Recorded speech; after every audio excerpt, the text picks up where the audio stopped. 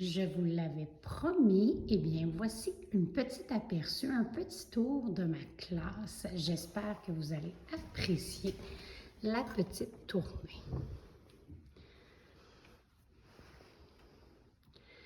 Alors, c'est avec un grand plaisir que je prends le temps aujourd'hui de vous présenter plusieurs personnes qui m'avaient mentionné vouloir faire un petit tour de classe. Donc, première chose que je vous présente, eh bien, vous savez que pour moi, l'attachement, c'est quelque chose de super important. Donc, à chaque début d'année, j'explique aux enfants l'analogie avec la maman canne et ses petits canetons. Donc, c'est toujours un grand plaisir pour moi de leur raconter cette histoire-là, puis de montrer comment je suis là pour les aider, pour les guider également. Ici, c'est un peu mon coin lecture, plutôt littérature jeunesse. J'ai fait l'achat de ces belles petites tablettes-là sur Amazon, aimantées, donc possible pour moi de présenter vraiment aux élèves les albums qu'on va lire pendant le mois.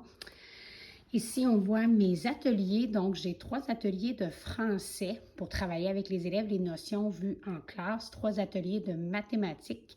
On est justement en modélisation, donc on travaille la façon de faire les ateliers. Comme je suis une classe flexible, eh bien, les élèves n'ont pas de pupitre, ils ont des tables. Ici, ce sont leurs casiers dans lesquels ils viennent porter leur matériel. Donc, je te montre les tables. On a vraiment différents types de sièges, donc c'est un peu plus simple. Comme ça, les enfants peuvent changer de place, pas pendant les périodes. Pourtant, ils peuvent changer de place si jamais ils veulent le faire au changement de période. Donc, c'est vraiment mon mur de stratégie de lecture. Définitivement, ma table préférée, la table bistrot. Je me vois m'asseoir là, prendre un café et discuter avec mes élèves. Ici, on a mes ateliers qui sont rangés, donc tout au long de l'année. On s'entend que je n'ai pas fait ça en une année. C'est des ateliers que j'ai rangés, que j'ai classés au fil des années pour être un petit peu plus organisée avec le temps.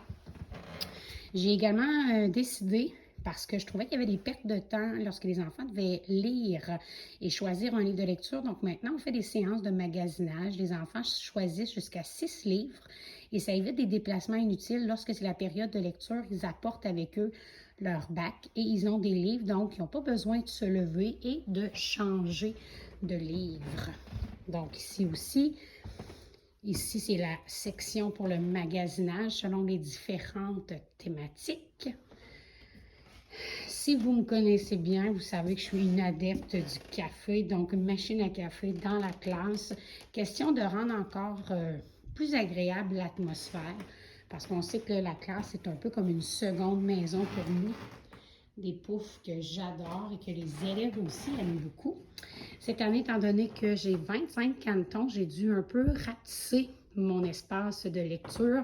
Les enfants attendent toujours impatiemment de s'asseoir sur le divan pour faire leur lecture.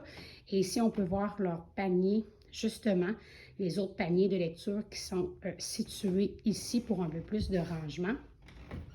Sinon, bien, si je continue ma tournée, une table, ici c'est une table effaçable, donc les enfants peuvent en situation mathématique directement sur la table écrire avec des crayons effaçables à sec. C'est quelque chose que je n'ai pas utilisé encore cette année, mais dans les années passées, c'était vraiment apprécié. Les enfants n'ont pas l'habitude d'écrire sur les tables, donc ils trouvent ça toujours un peu spécial.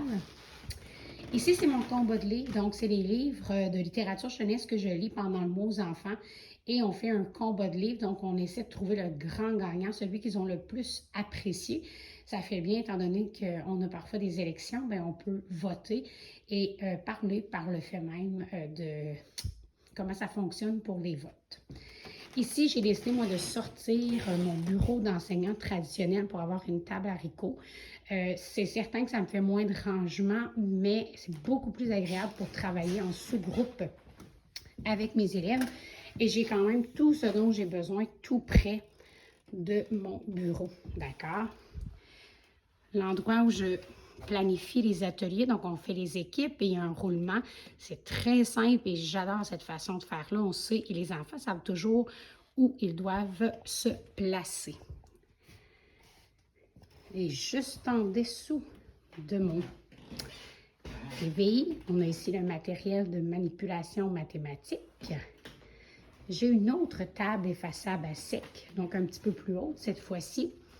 Ici, on a le menu du jour que j'affiche pour les élèves. Mon petit coin de rangement à moi. Ici, l'endroit où je fais mes photocopies à l'avance et que je place pour être prête. Donc, en matière, selon la matière, je vais aller le placer à la bonne place. Et nos valeurs de classe qu'on a travaillées ensemble, qu'on a regardées en début d'année afin de s'assurer de passer une super année ensemble. Donc, ça fait vraiment un petit peu le topo de ma classe cette année. Elle est pas mal terminée. Je te dirais que j'ai fait des ajustements dans les premières semaines, mais ça va ressembler à ça cette année. J'espère que tu as apprécié voir.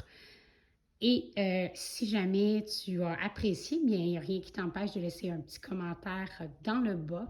Tu vois que j'avais d'autres sièges juste ici que je sors parfois à l'occasion pour le matériel de classe flexible. Donc, si jamais tu as apprécié la vidéo, gêne-toi pas et laisse un commentaire. Ça va me faire plaisir de savoir que tu as aimé cette vidéo-là. Bye!